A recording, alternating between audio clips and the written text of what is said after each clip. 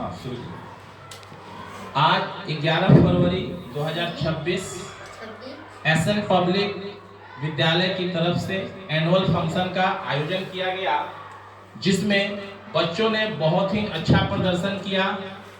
बच्चों ने अपना अपना प्रदर्शन अपने अपने हिसाब से काफ़ी अच्छा किया और मैं आशा करता हूं कि हर साल इसी तरह से और इससे भी बेहतर प्रदर्शन वे करें। साथ ही साथ मैं आप लोगों को एक मोटिवेशनल स्टोरी आप लोगों के समक्ष साझा करना चाहता हूं। आप इस स्टोरी को ध्यान से समझें और स्टोरी के बाद मैं आप लोगों से यह पूछूंगा कि इस स्टोरी से आपको क्या शिक्षा मिली। जरा ध्यान से स्टोरी को सुनिएगा। एक बार कौवा डाल पर बैठा हुआ था और काफी उदास रहा करता था। वह सोच रहा था कि मैं कितना क्रूर और काला हूँ, मुझे कोई पसंद नहीं करता है।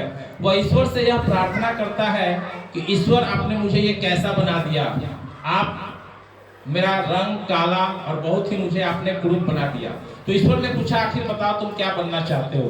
तो उसने कहा कि मुझे आप तोता बना दीजिए, क्योंकि उसका रंग बड़ा ही सुनहरा है और पेड़ों पर बैठ करके वो अच्छे अच्छे फल खाया करता है। तो ईश्वर ने कहा ठीक है तुम्हें तोता बना दूंगा, लेकिन जा करके एक बार तोता से मिल करके तो आओ कि वो क्या कहता है। तो वो कौवा दौड़ा दौड़ा तोते के पास गया।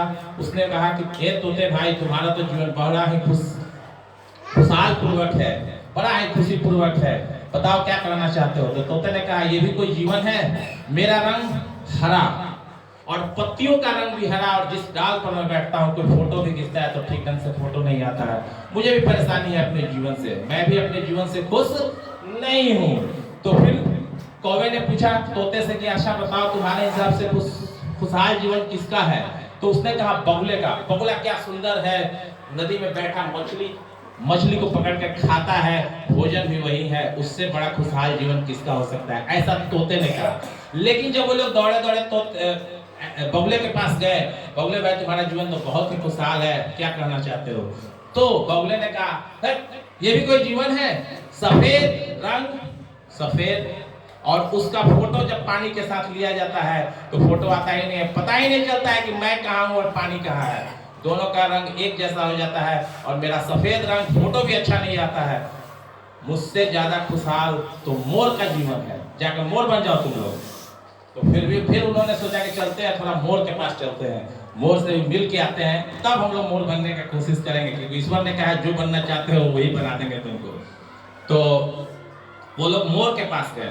मोर भाई तुम तो लगता है बहुत ही खुशहाल तुम्हारा जीवन है, क्या सुंदर पंख है, पंख लहराते हो तो ऐसा लगता है कि मजा आ जाता है, नाचते हो बारिश में तो ऐसा लगता है कि पूरा एकदम दृश्य खुशहाल हो जाता है, तुम अपने जीवन के बारे में क्या कहना चाहते हो।